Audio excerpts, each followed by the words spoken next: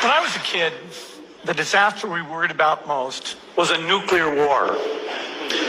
That's why we had a barrel like this down in our basement filled with cans of food and water. When the nuclear attack came, we were supposed to go downstairs, hunker down, and eat out of that barrel. Today, the greatest risk of global catastrophe doesn't look like this. Instead, it looks like this. If anything kills over 10 million people in the next few decades, it's most likely to be a highly infectious virus rather than a war. Not missiles, but microbes. Now, part of the reason for this is that we have invested a huge amount in nuclear deterrence, but we've actually invested very little in a system to stop an epidemic. We're not ready for the next epidemic. Let's look at Ebola. I'm sure all of you read about it in the newspaper. Lots of tough challenges. I followed it carefully through the case analysis tools we use to track polio eradication.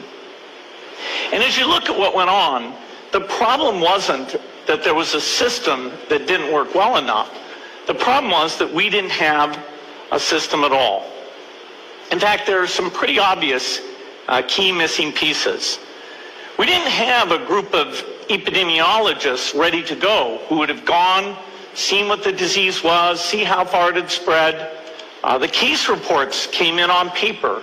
It was very delayed before they were put online, and they were extremely inaccurate. We didn't have a medical team ready to go. We didn't have a way of preparing people. Now, Médecins Sans Frontières did a great job orchestrating volunteers, but even so, we were far slower than we should have been getting the thousands of workers into these countries. And a large epidemic would require us to have hundreds of thousands of workers. There was no one there to look at treatment approaches, no one to look at the diagnostics, no one to figure out what tools should be used. As an example, we could have taken the blood of survivors, processed it, and put that plasma back in people to protect them. But that was never tried. So there was a lot that was missing, and these things are really a global failure. The WHO is funded to monitor epidemics, but not to do these things I talked about. Now in the movies, it's quite different. There's a group of handsome epidemiologists ready to go. They move in, they save the day, but that's just pure Hollywood. The failure to prepare could allow the next epidemic to be dramatically more devastating than Ebola. Let's look at the progression of Ebola over this year. About 10,000 people died, and nearly all were in the 3 West African countries. There's 3 reasons why it didn't spread more. The first is there was a lot of heroic work by the health workers. They found the people and they prevented more infections. The second is the nature of the virus. Ebola does not spread through the air. And by the time you're contagious, most people are so sick that they're bedridden. Third, it didn't get into many urban areas, and that was just luck. If it had gotten into a lot more urban areas, the case numbers would have been much larger. So next time we might not be so lucky. You can have a virus where people feel well enough while they're infectious that they get on a plane or they go to a market. The source of the virus could be a natural epidemic like Ebola, or it could be bioterrorism. And so there are things that would literally make things 1,000 times worse. In fact, let's look at a model of a virus spread through the air like the Spanish flu back in 1918. So here's what would happen. It would spread throughout the world very, very quickly. And you can see there's over 30 million people die from that epidemic. So this is a serious problem. We should be concerned.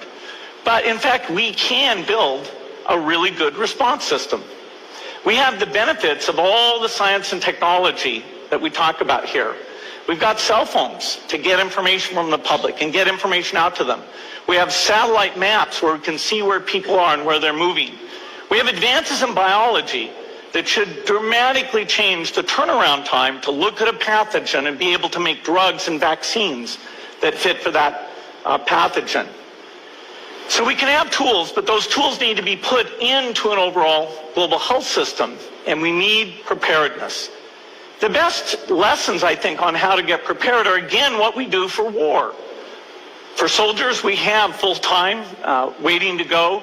We have reserves that can scale us up to large numbers. NATO has a mobile unit that can deploy very rapidly. NATO does a lot of war games to check, are people well trained? Do they understand about fuel and logistics and the same radio frequencies? So they are absolutely ready to go. So those are the kinds of things we need to deal with an epidemic. What are the key pieces?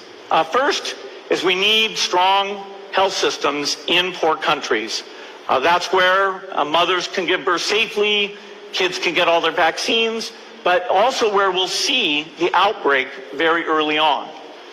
We need a medical reserve corps. Lots of people who've got the training and background who are ready to go with the expertise.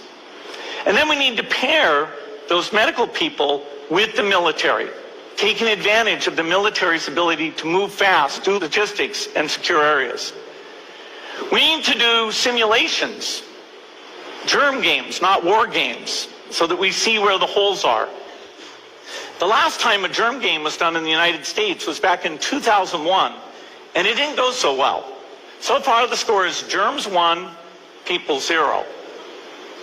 Finally, we need lots of advanced R&D in areas of vaccines and diagnostics. There are some big breakthroughs, like the adeno-associated virus, that could work very, very quickly.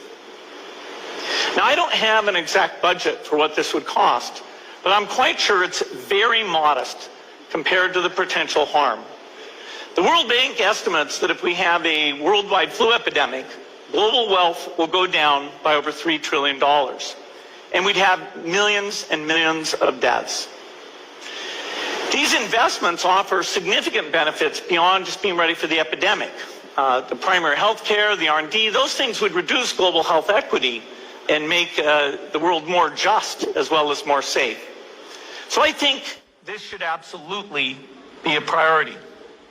There's no need to panic. We don't have to hoard cans of spaghetti or go down into the basement. But we need to get going because time is not on our side. In fact, if there's one positive thing that can come out of the Ebola epidemic, it's that it can serve as an early warning, a wake-up call to get ready. If we start now, we can be ready for the next epidemic. Thank you.